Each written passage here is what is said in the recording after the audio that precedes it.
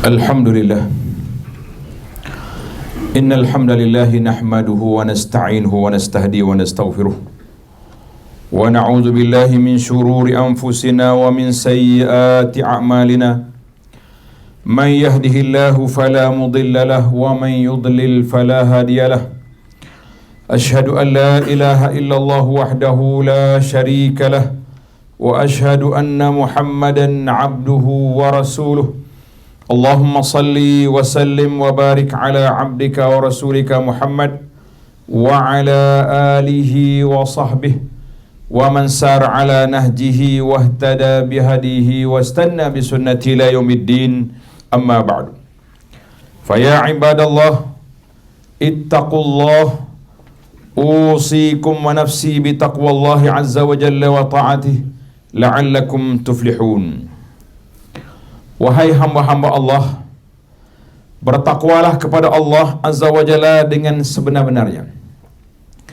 Iaitu definisi takwa yang paling ringkas, iaitulah melaksanakan segala perintah Allah dan meninggalkan segala larangannya. Marilah kita memperbanyakkan selawat ke atas Nabi sallallahu alaihi wasallam.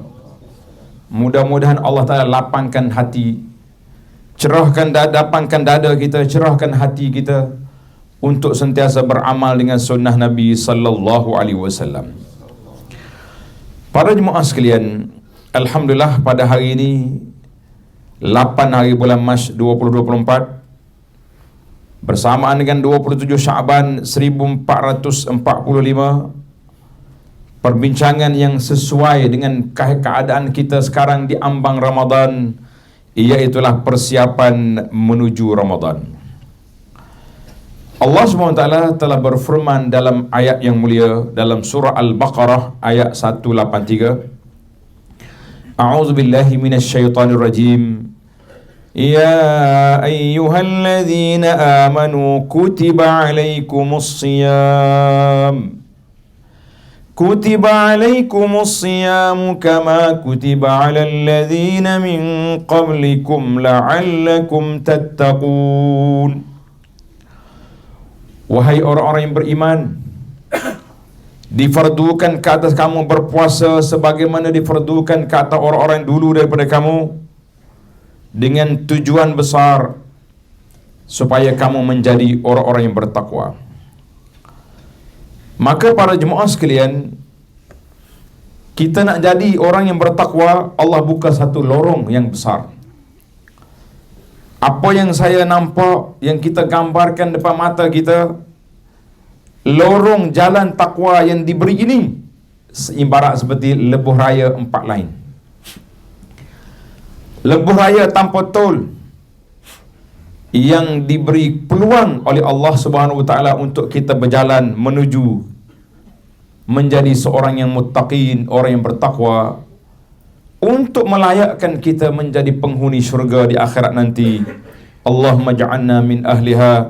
Ya Allah, jadikan kami, keluarga kami, orang-orang yang kami sayangi, orang yang layak menerima anugerah syurgamu ya Rabbal Alamin, ya Arhamar Rahimin.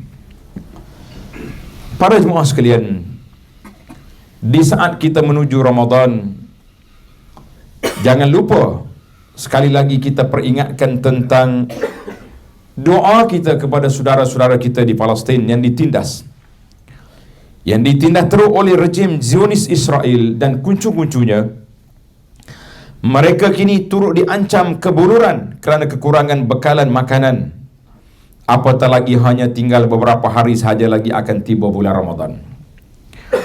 Semoga dengan munajat kita, dengan doa kita, lebih-lebih lagi ketika kita sedang berpuasa nanti, di saat hendak berbuka puasa, di antara tempat doa mustajab, iaitulah ketika kita sedang berpuasa dan hendak berbuka puasa.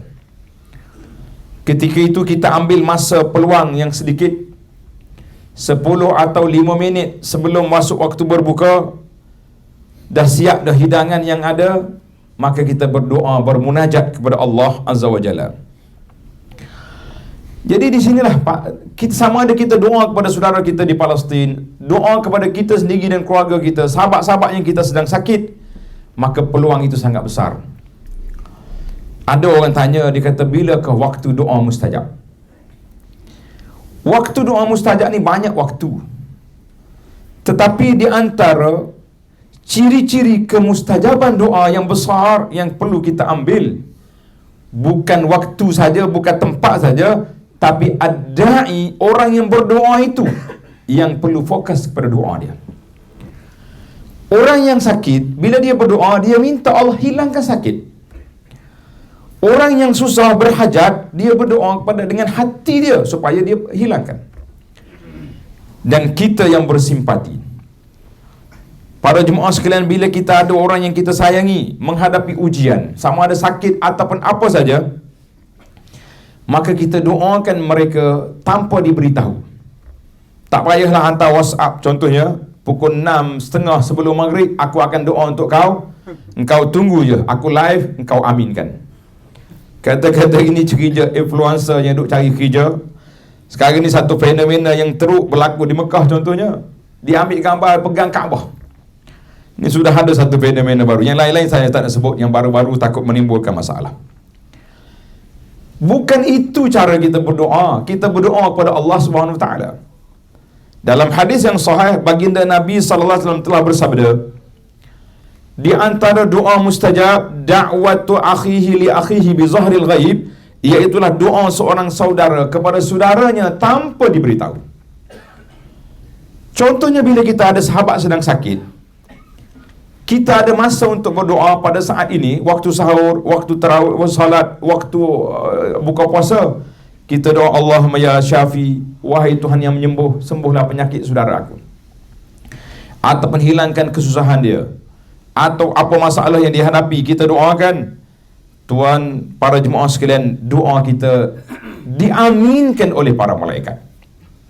Doa kita diaminkan oleh para malaikat, dan mereka ini sejenis makhluk yang tidak bakhil. Dia kata amin walaka bimisli, amin, Allah perkenankan doa kamu, dan bagi kamu juga akan dapat yang sama. Maknanya kalau kita doa kepada siapa saja, dia dapat, kita juga dapat. Kita doa pada orang sakit, Allah Ta'ala hilangkan penyakit kita. Kita doa pada orang susah, Allah Ta'ala hilangkan kesusahan kita. Maka itulah kelebihannya da'watu akhihi bi zahril ghaib, doa seorang hamba di belakang tabir. Maknanya kita tak beritahu pada orang. Kembali kita kepada Ramadan Al-Mubarak, maka di antara perkara besar yang disebut oleh baginda Nabi sallallahu alaihi wasallam, beberapa perkara dalam hadis yang sahih dikeluarkan oleh Imam Bukhari, Nabi kita sallallahu alaihi wasallam bersabda, man shama ramadhana imanan wa ihtisaban ghufira lahu ma taqaddama min zambi. Siapa dia berpuasa dalam keadaan dia beriman dan mengharapkan pahala. Dua syarat kena ada. Yang pertama syarat dia iman, mana kita beriman pada Allah. Mana kita buat ni bukan kerana dipaksa oleh orang, kita buat kerana keyakinan kita, kerana keimanan kita Allah Ta'ala perintahkan, maka diampunkan dosa-dosa. Dan wahtisaban, mengharapkan pahala daripada Allah. Jangan pula kata tak boleh. Ni ada setengah orang dia duduk mengajar, dia kata tak boleh kita buat apa-apa mengharapkan pahala. Allah Ta'ala nak beri pahala, baginda Nabi SAW suruh kita minta pahala, kenapa kita kata tak boleh? Yang kedua, wa man qama ramadhana imanan wahtisaban, siapa dia berdiri pada waktu malam dalam keadaan beriman dan mengharapkan pahala. Apa makna berdiri? Qama Ramadan maknanya berdiri pada malam. Tadi saya tanya dalam tazkirah tadi, bila masuk bulan Ramadan, apakah ibadah yang paling utama, yang paling besar kita lakukan pada bulan Ramadan? Maka jawabnya berpuasa. Nama dia pun bulan puasa. Syahrul Ramadan, Syahrul Siam, bulan puasa. Jadi oleh kerana bulan puasa, ibadat khusus yang spesifik dalam bulan ini iaitulah berpuasa Ramadan. Maka puasa ini kita lakukan dengan baik, lakukan dengan sempurna, dan dihiasi pada waktu malamnya dengan baca Quran, dengan solatut tarawih, yang disebut dengan nama Qiyam Ramadan. Nabi SAW memberitahu siapa dia bangun solat malam, berdiri pada bulan Ramadan dalam keadaan beriman dan mengharapkan pahala, ghufira lahu ma taqaddama min zambihi, Allah Ta'ala akan hapuskan dosa-dosa dia. Allahu Akbar. Yang ketiga, wa man qama lailatal qadri imanan wa ihtisaban ghufira lahu ma taqaddama min zambihi. Siapa dia boleh beribadat pada malam Lailatul Qadar dalam keadaan beriman dan mengharapkan pahala, diampunkan dosa-dosa dia yang lepas. Hadis ini dia merangkumi 3 perkara: puasa, qiyam, dan khusus kepada malam Lailatul Qadar, kerana ketinggian darjat dia. Nama dia pun Lailatul Qadri. Al-Qadri 2 makna, sama ada makna dengan kedudukan yang tinggi ataupun dengan makna sempitnya dunia ini pada malam itu, kerana tanazzalul malaikatu waruh, para malaikat turun pada malam Lailatul Qadar ke bumi meraihkan hamba-hamba Allah yang sedang melakukan ibadat kepada Allah Azza wa Jalla. Para jemaah sekalian, maka bila nak datang Ramadan, beberapa perkara persiapan dari sudut kesihatan, dari sudut fizikal, dari sudut yang penting sekali, persiapan jiwa untuk menghadapi Ramadan. Ada setengah orang ni bila bunyi nak Ramadan mari, lembek tengkuk. Tak boleh makan dah lah. Kita yang duduk kerja di pejabat ni, duduk dalam bilik sejuk ni, takkan nak mengeluh juga. Tapi kalau kawan-kawan kita yang kerja buruh kasar, yang bekerja di tengah panas, membanting tulang kata orang, mungkin mereka akan terkesan dengan Ramadan kerana mereka tak boleh makan dalam keadaan mereka duduk dalam sedemikian keadaan. Namun begitu, yang membezakan orang yang menerima Ramadan dengan tidak Ramadan ini bukan status pekerjaan, yang membezakan status keimanan. Orang yang beriman, dia akan usaha walau macam mana pun. Dia akan berusaha. Anda baca fatwa peringkat antarabangsa yang ditanya oleh orang-orang yang duduk di benua yang siangnya tak ada malam. Macam mana dia nak puasa? Kita ni kalau malam tak ada siang, tak ada masalah lah, dia tak payah puasa. Ini siang ada, malam tak ada. Maka para ulama mengatakan kita takdirkan, kadarkan di antara benua yang paling dekat dengan dia berapa jam. 14 jam, dia puasa 14 jam, yang lain tu dia buka.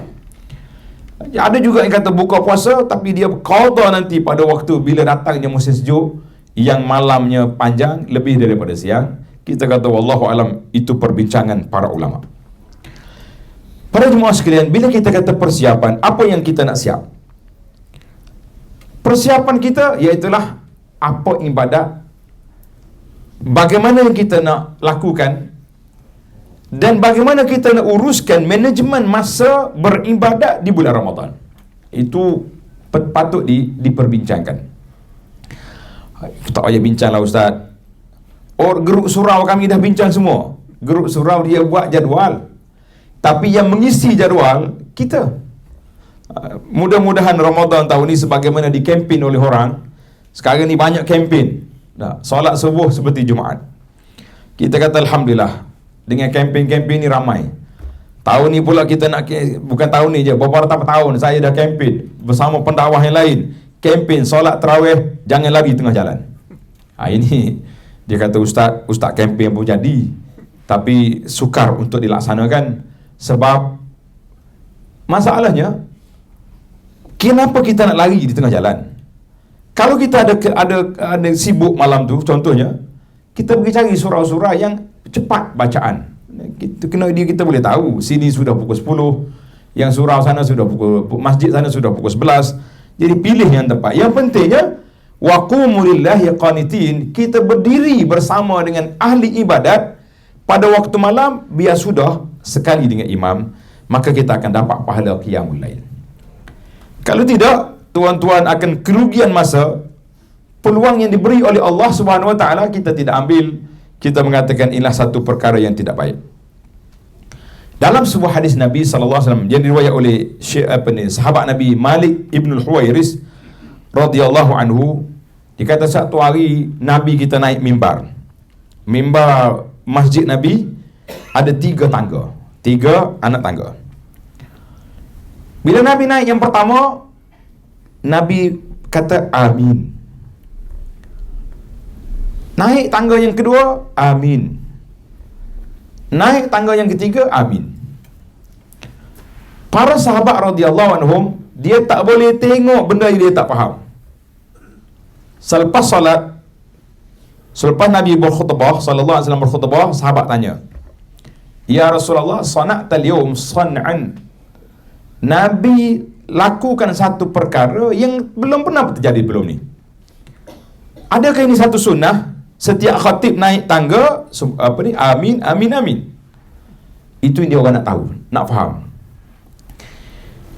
Maka Nabi SAW beri jawapan, Qal atani Jibril.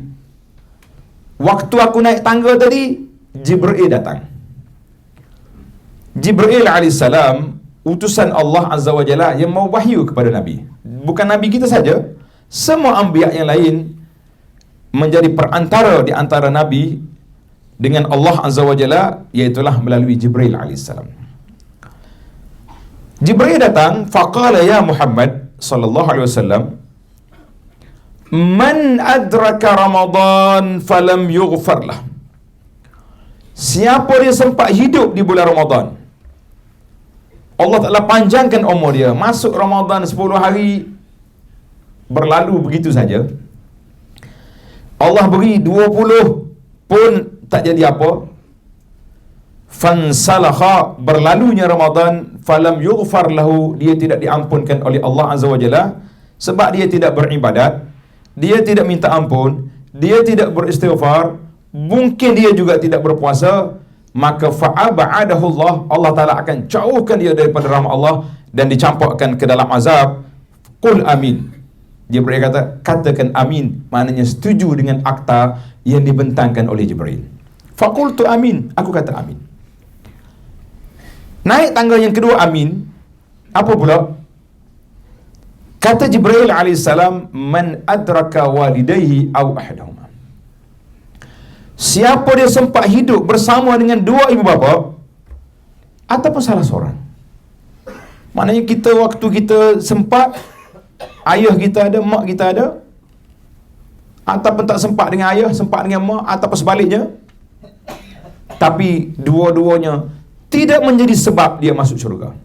Mana dia tidak hormat pada mak, tidak buat kebaikan pada ayah, ataupun dia derhaka pada dua orang tua ni, Allah Ta'ala akan jauhkan dia daripada rahmat, dia masuk ke dalam kena azab. Qul amin, kata amin. Faqultu amin, aku berkata amin. Naik tangga yang ketiga, amin yang ketiga, apa dia peristiwa yang berlaku? Kata malaikat Jibril AS, man zukirta indahu falam yusalli alaik. Mana-mana orang yang disebut nama Nabi sallallahu alaihi wasallam, dia buat tak kenal je, tak selawat. Orang kata berkata sebut Nabi Muhammad, kita tak kata sallallahu alaihi wasallam. Buat tak tahu macam sebut Pak Mak ni kampung mana ya. Fa'aba'adahu Allah, orang ini juga dijauhkan daripada rahmat Allah Subhanahu wa taala. Maka Nabi berkata amin, setuju dengan undang-undang ataupun akta yang dibentangkan oleh Jibril pada masa itu.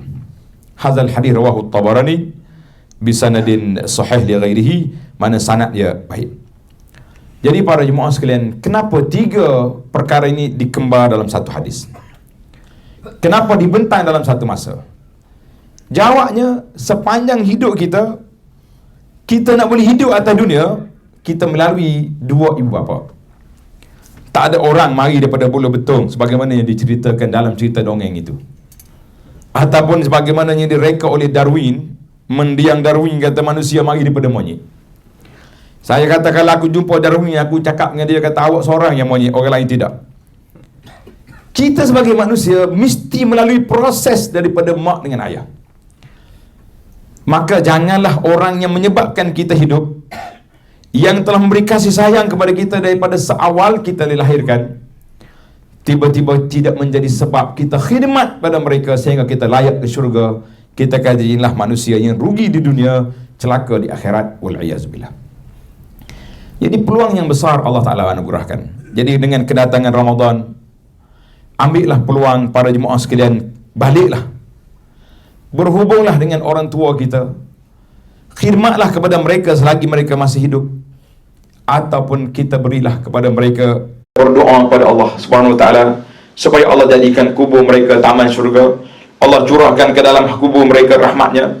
Jangan lupa setiap kali kita salat, Rabbighfirli wa liwalidayya, bukan satu doa yang payah, tak perlu panjang-panjang. Dengan dua patah ini, Rabbighfirli wa liwalidayya, ya Allah ampunkan dosa aku dan dua bapa aku, bermakna lidah kita telah memberi khidmat pada orang tua. Kerana ada dalam hadis Nabi sallallahu alaihi wasallam, Nabi kita beritahu di akhirat esok ada orang ni masuk dalam syurga, darjat dia tinggi lebih daripada orang lain. Masuk dalam syurga, darjat dia tinggi. Dia terkejut, dia tahulah level dia. Macam kita hari ni beli tiket ekonomi, tiba-tiba dapat duduk business class. Terkejut juga, siapa angkat ni? Tak ada pula anak saudara kita jadi pilot, contohnya. Dia tanya malaikat, kenapa saya sampai di sini? Qal bistighfari waladika laka. Malaikat katamu jangan bimbang dengan sebab istighfar daripada anak-anak. Allahu Akbar. Kenapa kita dengan selawat? Jawabnya kita kena selawat pada Nabi SAW, sebab kerana dengan selawatlah, dengan kedatangan Nabi SAW yang telah membawa hidayah kepada kita, dengan kitab Al-Qurannya, dengan sunnahnya yang telah membuka lorong, membuka jalan kita ke syurga. Allahumma ja'alna min ahliha, ya Allah jadikanlah kami semua ni dari kalangan orang yang layak ke syurga, orang yang mendapat syafaat Nabi sallallahu alaihi wasallam. Para jemaah sekalian, rumusan daripada ringkasan khutbah yang kita sampaikan sini, yang pertama, kemuliaan dan keistimewaan Ramadan banyak disebut dalam Quran dan juga disebut dalam hadis-hadis Nabi sallallahu alaihi wasallam.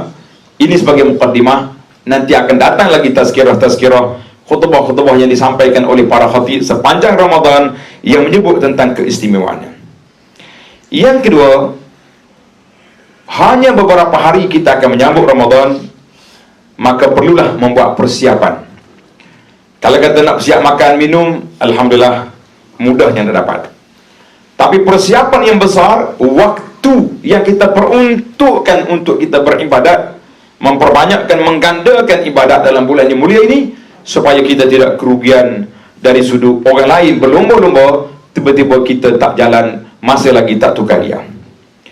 Yang ketiga, di antara ibadat yang mesti kita lakukan dalam bulan ini, selain daripada salatul jamaah, berpuasa pada siangnya, iaitulah ibadat tadarus Al-Quran, membaca Al-Quran, memperbanyak sedekah. Yang belum berzakat, keluarlah zakat.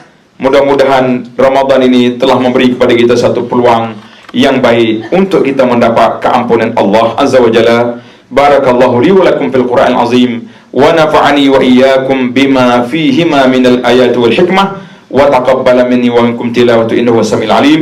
Aqulu ma tasma'un wa astaghfirullah li wa lakum fastaghfiruh innahu wal ghafurur rahim.